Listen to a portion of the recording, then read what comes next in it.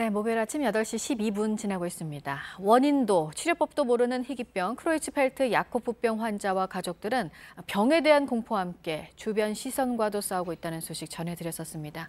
40곳에 달하는 병원에서 입원을 거부당해 결국 사망한 환자 얘기도 해드렸죠.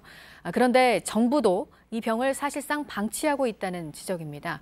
이 병과 관련해 특이한 사례들이 최근에 계속 나오고 있어서 연구가 필요한데 부검을 거의 하지 않고 있습니다. 김지아 기자입니다. JTBC 취재진이 만난 산발성 CJD 환자 송모 씨의 나이는 58세. 진단에서 사망까지 4개월이 걸렸습니다. 이는 산발성 CJD의 평균 발병 연령 60대, 평균 생존 기간 8개월과 비슷합니다.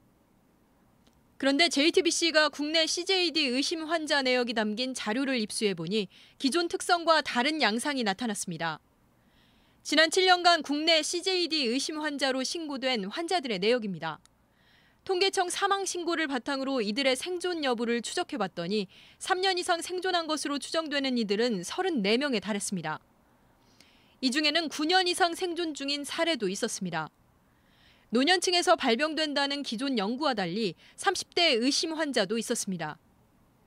특이한 사례가 나타난 겁니다. 문제는 여기에 그치지 않습니다. CJD를 규명하기 위한 부검조차 거의 이루어지지 않고 있습니다. 부검이 돼서 확진이 돼야 되는데 우리나라는 그 시스템이 없으니까 지금 이게 얼마나 정확하게 진단이 되고 있는지 아무도 자신할 수 없죠.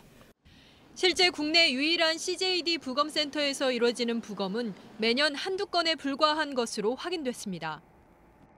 이런 가운데 복지부는 지난해 CJD 부검센터를 추가 설치하겠다며 5억 원의 예산을 편성했다가 사용하지 않는 등 CJD 연구에 대한 의지가 없다는 지적도 나옵니다.